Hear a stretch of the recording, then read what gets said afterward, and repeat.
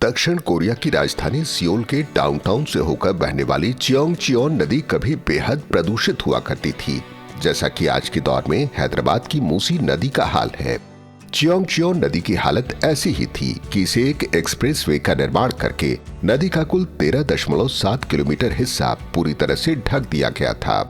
1958 में सियोल प्रशासन ने एक सड़क और फ्लाईओवर का निर्माण शुरू किया, जिसने 1960 के दशक तक नदी को पूरी तरह से ढक दिया।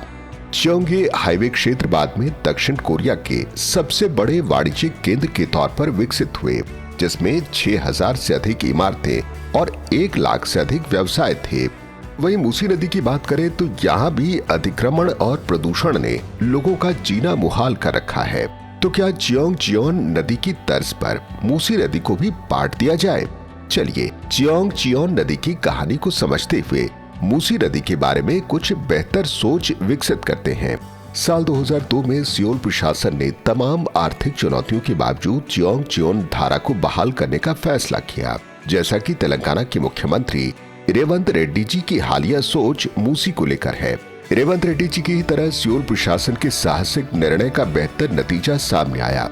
सियोल की नदी पुनर्जीवन परियोजना में 13.5 किलोमीटर क्षेत्र का पुनरुद्धार हुआ, जिसमें ऐतिहासिक अवशेषों को पुनर्स्थापित करना, सांस्कृतिक केंद्र बनाना और प्रकृति का संरक्षण शामिल था।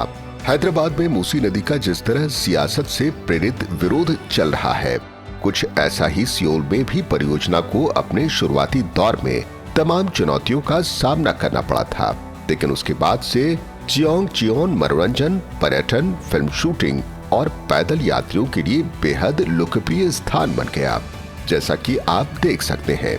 चूंकि तेलंगाना में रेवंत रेड्डी सरकार भी मूसी रिवर फ्रंट विकास की योजना पर काम कर रही है, लिहाजा मंत्रियों पोंगुलेटी श्रीनिवास रेड्डी और पोन्नम प्रभाकर के नेतृत्व में एक प्रतिनिधि मंडल ने सांसद चामला किरण कुमार रेड्डी, हैदराबाद की मेयर विजयलक्ष्मी और नगर प्रशासन एवं शहरी विकास के प्रमुख सचिव दाना किशोर सहित अन्य लोगों के साथ दक्षिण कोरिया में रिवर फ्रंट विकास का अध्ययन किया।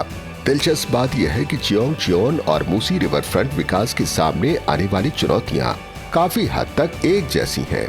इसके निर्माण के दौरान नौकरियों और व्यावसायिक गतिविधियों के नुकसान के बावजूद दक्षिण कोरिया चियोंगचियोन नदी को पुनर्जीवित करने में सफल रहा। चियोंगचियोन एक्सप्रेसवे को ध्वस्त करने का वहाँ भी कड़ा विरोध हुआ था।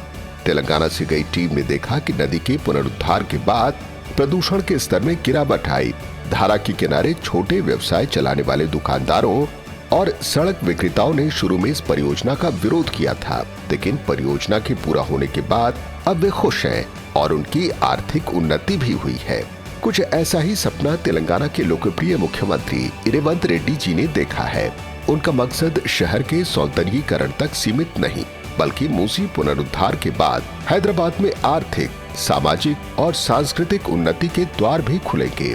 मृतप्राय और गंदे नाले में तब्दील हो चुकी मूसी को पुनर्जीवित करना मानव और शहरी सभ्यता को संवारने की एक पुख्ता सोच है।